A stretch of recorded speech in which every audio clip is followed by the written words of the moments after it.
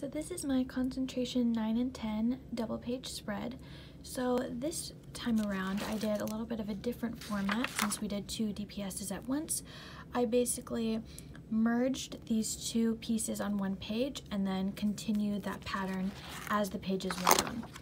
So here I have DPS 10. The image I have is sports in Brazil, specifically soccer, and then I have soccer in Malaysia. So both are two groups of boys playing soccer. So up here they're playing in the streets. As you see, there are cars and buildings in the background, and then here they're playing in a field and there are some buildings and then like a net in the background that we have there. So the growth area that I focused on this time around was technical competence. So basically I wanted to I mentioned getting a better understanding of figure and motion, and I notice I have a lot of difficulty showing figures not being as stiff and just having a lot of movement in their bodies. So I talk about that and then using watercolor to help convey that.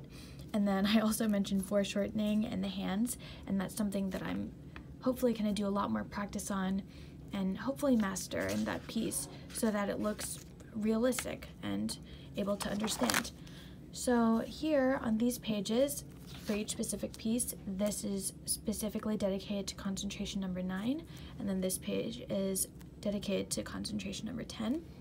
I basically have a little model up here of each of the figures that are in the image, and then I did an extra focus on their figures there. I still have some practice to do, at least in the legs and just the basic motion that we see.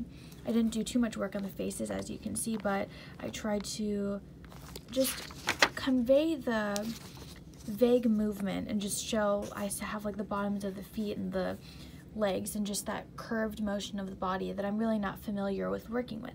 So I have that, just those focused areas, and I tried to show basically the areas that I was having the most difficulty with, and obviously what's showing in the photo that I'm working with, and that goes for this image as well for concentration 10.